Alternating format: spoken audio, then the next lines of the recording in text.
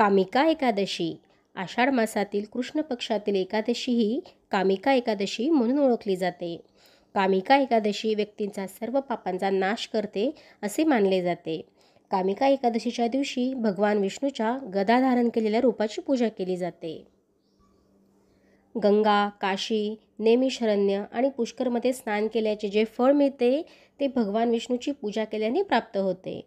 कुरुक्षेत्र आणि काशीमध्ये सूर्य आणि चंद्रग्रहणानंतर स्नान करून सागर जंगलासह पृथ्वी दान करून जे फळ प्राप्त होत नाही ते भगवान विष्णूची पूजा करून प्राप्त होते.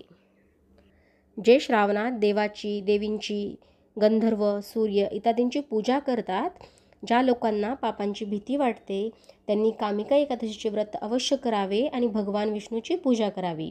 या एकादशीचे व्रत आणि भगवान विष्णूची उपासना पापाच्या चिखलात अडकलेल्या आणि जगाच्या महासागरात विसर्जित झालेल्या मनुष्यांसाठी अत्यंत आवश्यक आहे. पापांपासून मुक्त होण्याचा यापेक्षा चांगला मार्ग कोणताही नाही.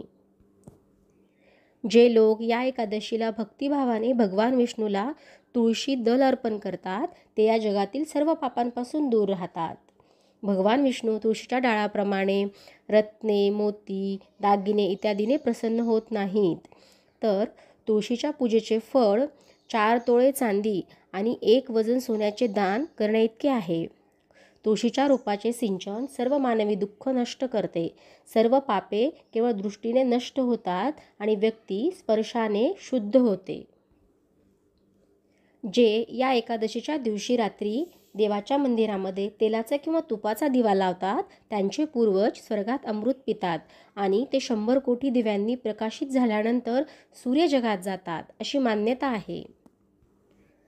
ब्रह्माजी म्हणतात की हे नारदा, हे कामिका एकादशीचे व्रत जो कोणी मनुष्य करेल त्याचे फळ एवढे असेल की तो सर्व पापांपासून मुक्त होऊन विष्णू लोकामध्ये प्रवेश करेल. कामिका एकादशी व्रताची कथा.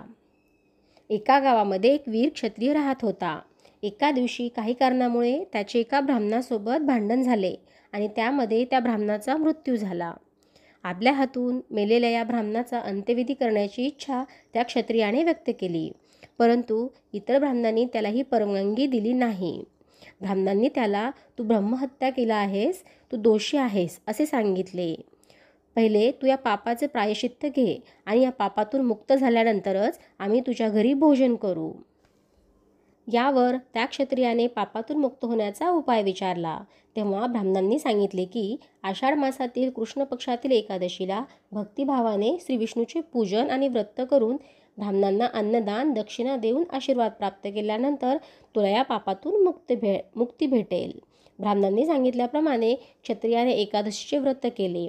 त्या दिवशी रात्री भगवान विष्णूने क्षत्रियाला दर्शन देऊन तुला ब्रह्महत्येतून मुक्ती मिळाली आहे असे सांगितले.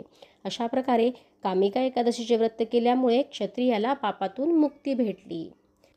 अशाच प्रकारे तुम्हा आम्हाला देखील आपल्या हातातून कळत नकळत झालेल्या पापांपासून मुक्त होण्याकरता आपण सर्वांनी हे कामिका एकादशीचे व्रत अवश्य केले पाहिजे.